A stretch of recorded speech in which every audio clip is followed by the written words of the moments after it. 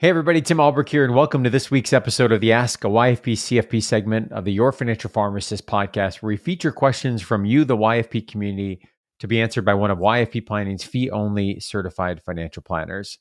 Before we jump into today's question, I want to give a shout out to YFP Planning's team that makes this segment possible. YFP Planning offers fee-only comprehensive financial planning that is customized to the pharmacy professional. You can learn more and book a free discovery call by visiting yfpplanning.com. Again, that's yfpplanning.com. Okay, this week's question comes from the YFP Facebook group, and the question is, husband and I have been saving for a bigger house, but with rising interest rates, we will likely stay put in our current home for a bit longer, likely a couple of years. We have a large chunk of money sitting in the bank, which I know is doing us no good, especially now since we won't be using it anytime soon like we had planned. We have no other debt other than our house. We have our 401k maxed out. Also not confident in the stock market right now, so hesitant to invest more there. We're considering dumping money on our mortgage with the goal of being debt-free. Is it a wise move to take our forever home house fund money and put it on the mortgage?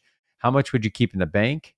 Thanks in advance for any guidance. And further follow-up is that they have 529 plans for the kids, and they're already contributing to them with each paycheck, but wondering if they might want to invest more there as well.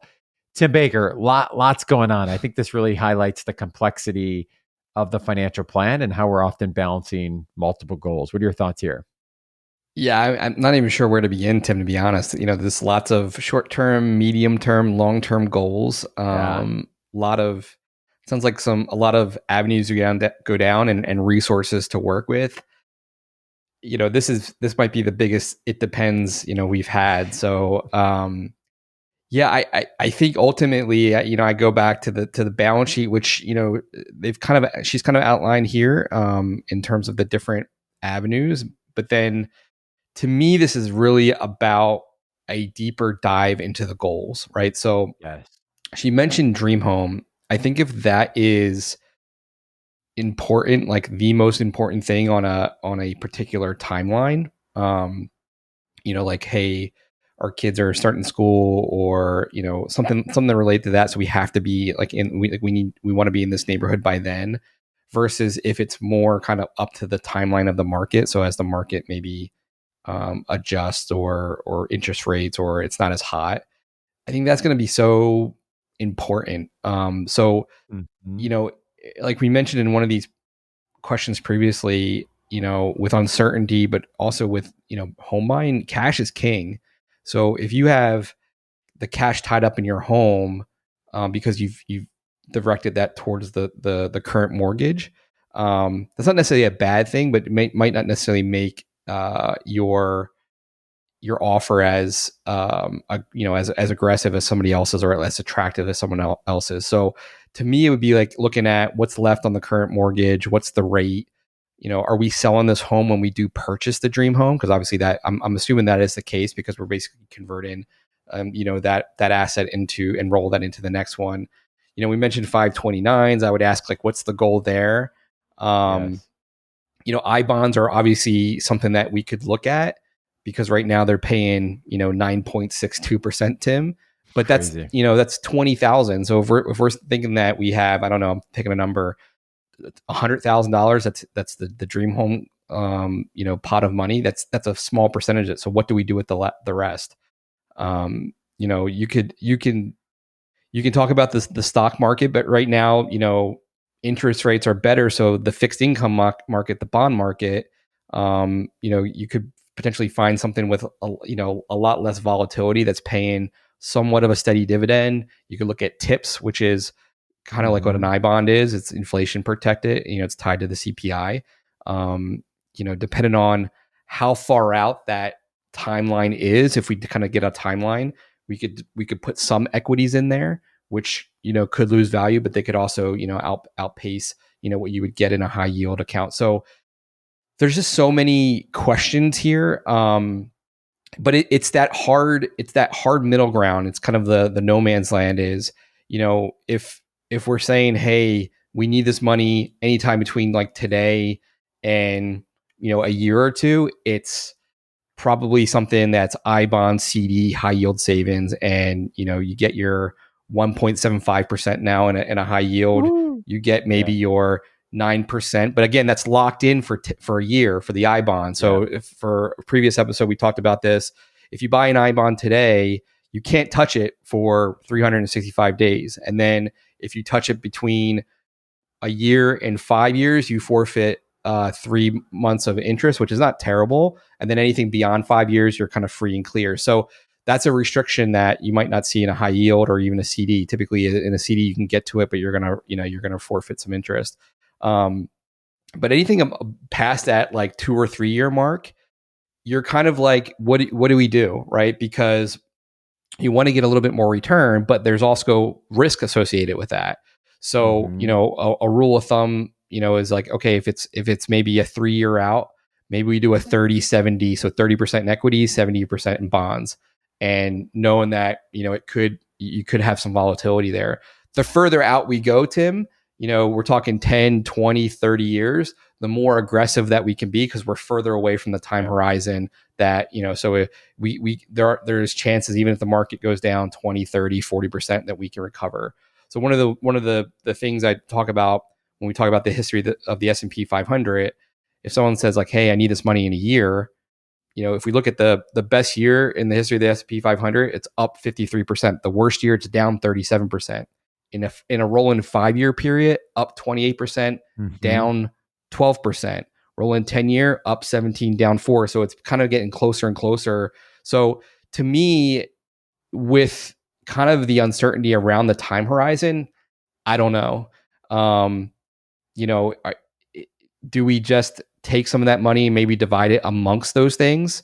The 529, put a little bit more towards the current mortgage, put some in I bonds, maybe. But then I think you're kind of doing a little bit of a lot of things versus a lot of one thing or two things, which sometimes can be true, is that we have so many objectives that we want to accomplish versus just focusing on one and checking it off, which is hard because, like, again, we're kind of at the whims of the market. If we're at the whims of the market and we're going to say, okay, we're going to let this go until we feel more comfortable, maybe I would say, well, let's get a little bit more aggressive. We put some money in I bonds and probably look to build out a brokerage, a taxable portfolio that is fairly conservative with the risk that we're taking, but there's a little bit of upside. A lot of people think that, something like an I bond is going to do much better than the stock market. The stock market, could be flat, if not down this year. So, you take your 9% and run. But, again, that's going to be a small portion of the overall money, I think, that we're talking about. If it's 20,000 is the cap for, $10,000 each. So more questions than answers. And this is kind of one of the ones that, is there's just so many different moving pieces here. That's short-term, medium, long-term, whether it's real estate, an education goal, retirement. And, they did say they're maxing out 401ks, which is great. But to me, this is kind of like you build the plan and then, it's more about plan in as things come up, we can adapt. Right. The problem with this is that you could put, money in a situation where it's not accessible, or, my wife and I were, we were thinking about moving, and we've actually put offers on home and lost them because of a lack of liquidity. So, if you're still opening up Zillow and looking at homes, your timeline is probably going to be a lot more accelerated than you think. So there's the behavioral aspect of this as well. So, to me, this is really where you sit down with your partner. And I think probably the most important thing is to kind of get on the same page with the goals and prioritize, what is the most important thing, and then start building the plan from there. And obviously, biased here, I think having an objective third party to kind of walk you through some of those questions and provide some clarity is going to be super important. But this is kind of, we have a pot of money, here's all the things, like, what could we do? And I think we really need to do a deeper dive in, what is the the goal that we're trying to achieve, that's most important, and then go from there. Yeah, first I saw this question, Tim, I thought, man, this would be an awesome planning client, because this is exactly where the value of a third party and taking all these moving parts, coming up with the goals and the framework and the prioritization, and getting clarity on that, moving forward. And this is a great example, but one that's not unique to, what the planning team sees, which is, hey, we're trying to save for retirement. We got maybe kids' college. There's other goals we're not even talking about. We're trying to move or buy a home. Like lots of things going on. We've got some margin and cash flow, but what's the priority and how do we put these puzzle pieces together? And I think the goals to me resonate so much with where to start here because one of the things, and I think you articulated it well, is like this situation, as I hear it, is really kind of reacting to the market in terms of when we're going to move into our forever home. And if that goal is that important and it's the number one goal, and we're on track and checking off all these other boxes, you've talked about before on the show that we've got to develop a financial plan that allows us to, yes, save for the future, but we also have to live a rich life today, right? So, like, should that be driving, the way it is? Or if we're on pace with everything else, like, might we have a little bit of freedom and margin despite rates being where they're at in the moment to pull the trigger and make that move shorter term, rather than longer term? Other thing I think about here too is just like, what's the rate on the current home? So, Right. to your comment about liquidity, if we have a mortgage at 3% and we can get 1.75% in a long-term, high yield savings account, like, there's not a whole lot of difference there. Obviously, the numbers add up, but one is liquid and accessible, and obviously the other is not if it's tied up in the mortgage, at least to some capacity. So Yeah, and if we use the example that if you have 100,000 and 20,000 of that is going into a 9, and then you can kind of look at a composite rate, you're probably are beating the rate that you're going to put towards the current mortgage, right? So that's kind of the question is like, if the mortgage rate is 3.5%, can we do better that in the market? Probably even in the short term, yeah. just because of where interest rates are. But you know you don't know, and to me that's the thing is like typically with uncertainty you want to hold on to the cash, but we're also talking about like, well, if there is a longer time horizon, we want to get a little bit more yield, and that's kind of the hard Mm-hmm. place that we're stuck in Yeah. is, and that's why I think it's really important to unpack the goals and to come up with a plan.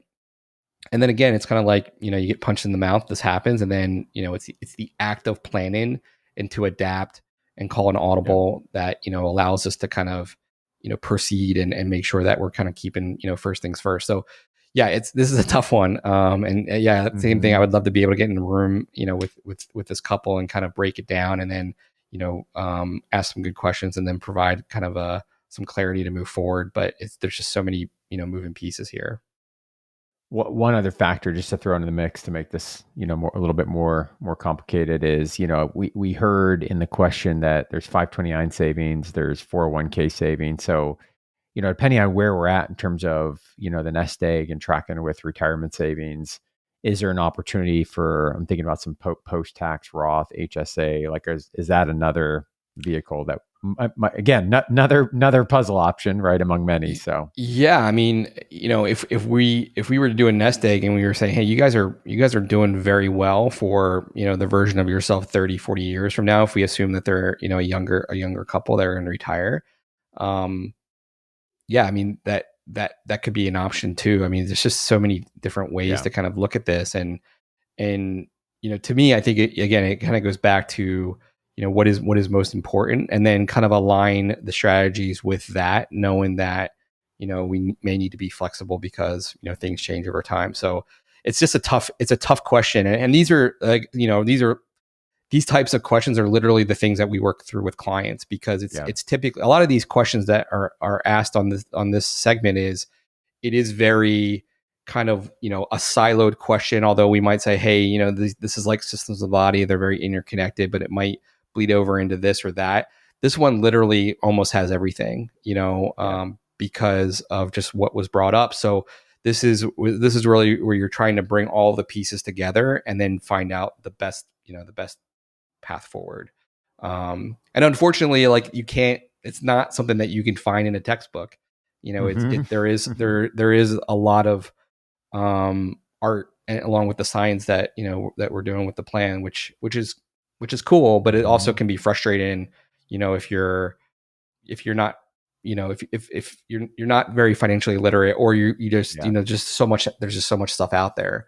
So it can be a little bit paralysis by analysis as well. Great stuff, Tim. And for folks that enjoyed this discussion and maybe got you thinking about your own plan and the multiple variables going on, Tim and the planning team have been doing an awesome segment on our main show, which we publish on Thursdays, where they're breaking down a case study of an avatar client that's working through many different goals and different phases of life. So you can check out those case studies. We'll link to some of those in the show notes. Again, that's on the YFP podcast that we publish each Thursday. So, for folks that are not part of the YFP Facebook group where this question came from, I hope you will join that group. We'll link to that in the show notes as well. That group is a little over 8,000 pharmacists all across the country that are engaging with one another with financial questions, challenges, wins, a great community of individuals that are empowering and supporting one another. If you have a question that you'd like us to feature on an upcoming episode, you can send us an email, info@yourfinancialpharmacist.com. You can also record your question by visiting yourfinancialpharmacist.com/ask YFP. And as we wrap up this week's episode, an important reminder that the content in the show is provided to you for informational purposes only and is not intended to provide and should not be relied on for investment or any other advice. For more information, you can visit yourfinancialpharmacist.com/disclaimer. Thanks for listening. Have a great rest of your week.